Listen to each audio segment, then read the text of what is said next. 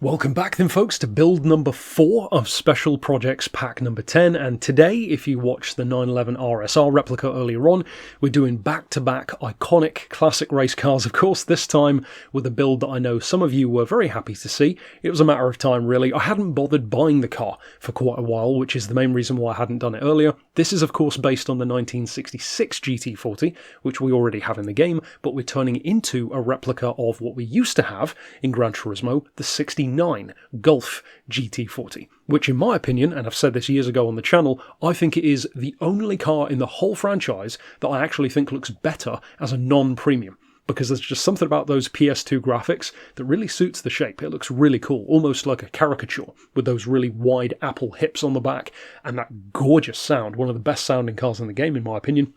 Now, as far as this one, thankfully, you can wide arch kit it, because otherwise the visuals would be way off. And speaking of the visuals, you can see here I do not have one particular thing accurate, and that is the wheels, because this, of course, was a community-created design. There are a ton of different Golf GT40s. This one reminds me of the Gran Turismo 6 version, which is what I'm using for the specs as a reference. The reason why the wheels don't match, though, is because the player did put it on orange wheels. So if you just go for what they've done, then you'll get the orange wheels as standard, so it looks good. The problem is, it looks to me like the player forgot to space the wheels, so they look completely lost underneath the arches. They're not wide enough and they don't stick out enough, unfortunately, and one of the key things about that wide GT40 is how wide its stance is. It looks great. So the reason why I've done that is I swapped it to the same rims that they're using, but obviously when you adjust the rims you lose the paint colour. So that's the unfortunate part, but I'll leave it up to you in terms of how accurate and how visually pleasing you want it to be. So as far as the build, unfortunately there is one thing that we cannot do to this car, which you would technically need to do to make it a GT6 full replica, and that is the weight. As you can see right there, you cannot even do any weight reduction on this car, which is such a shame because the one in GT6 is a sub 1 ton car. So it's not like this is crazy heavier, but it is heavier nonetheless. As far as horsepower, it's pretty close, 500 horsepower or so. So as far as the actual tuning goes, of course, you've got your comfort softs anyway. Like I said with the Porsche earlier on, I know some players like to have a bit more realism and a bit more of a challenge, not just go to racing tyres. So I'll leave it down to you as far as what tyres you actually want to use.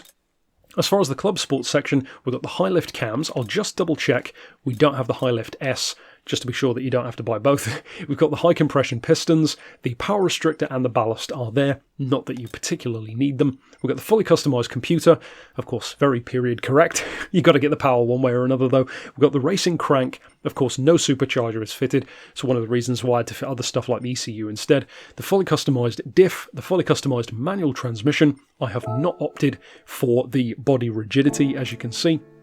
As far as the racing stuff, we've got the polish ports, the balance tuning, the filter, the silencer, and the manifold. As far as the brakes, we've got the racing pads. For the extreme section, I mean, I've only just noticed that I'd forgotten to do the brakes. So in real time, you've just seen me alter a tune, which I guess technically doesn't really matter what brakes you go for. That does, however, take you slightly over 700 points. And I guess it's kind of a testament and a bit of a spoiler. This car's really forgiving already, even with the standard brakes, so you don't necessarily have to do that. I'm going to slap those on now because for some reason I forgot to do it, but the lap time that you'll see me doing in just a second is without that upgrade. So you'll see what it can do anyway with already the standard brakes. So I guess that's a simple way of having it under 700 points without adjusting anything else. Very unprofessional of me. We got the racing pads as well, the fully customised suspension, the clutch and flywheel. Like I said, the racing hard tyres is what I've gone for. As far as the extreme section, we've got the steering angle adapter just for that even better cornering, and for the ultimate section, just the titanium rods and pistons, which very nicely rounds us off to around 500 horsepower.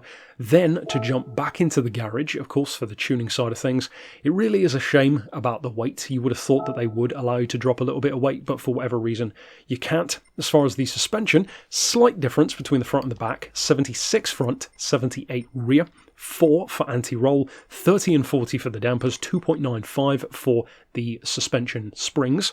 As far as the camber, we've got 2 degrees, so a bit less than you might think. And then as far as the toe, 30 in on the rear and 10 out on the front. As far as the diff, I've gone for 40 and then double 30. give it a try. If you want to change it, of course you can. As far as the fully customised setting, or the overall setting on the fully customised transmission, I should say, you've only got 5 gears to work with, so I'm running up around like a 200-ish mile an hour build. It's not going to be the quickest thing in the world anyway, so that's roughly accurate to what it probably would be like with that kind of power level. Maybe a bit more, but it's good enough for most tracks. And as far as the downforce, you cannot adjust that anyway. And then for the rest, well, there wasn't really that much else, but what we have fitted, you can see there. Point level is now 700 with the brakes, and without the brakes, of course, just under, so you could potentially cash cow this thing if you wanted to. Gone are the days of Blue Moon Bay cash grinding with the GT40 and GT Sport, but like I said, let's jump out to the track and I'll show you what it can do in practice. Now this one was really interesting because this is one of those builds and one of those cars which could very easily swing either way. It could either be fantastic or really bad, and I'm glad to say it's fantastic. Now of course the racing hard tyres do help, but this is a shockingly forgiving car. So good, in fact, that as you literally saw just now, I forgot to even do the brakes, and it was still fantastic to drive. So technically, you might be able to shave a little bit of extra time off of my lap just by having those brakes, which I didn't have before.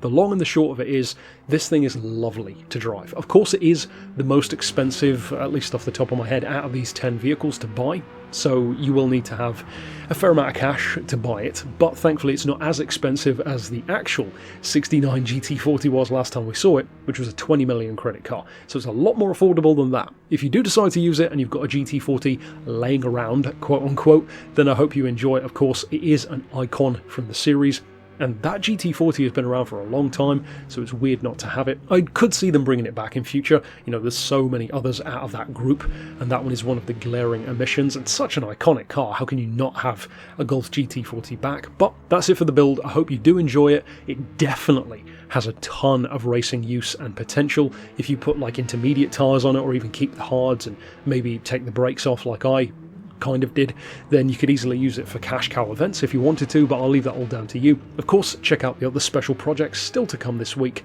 and the ones which I've already done. But for now, thanks for watching.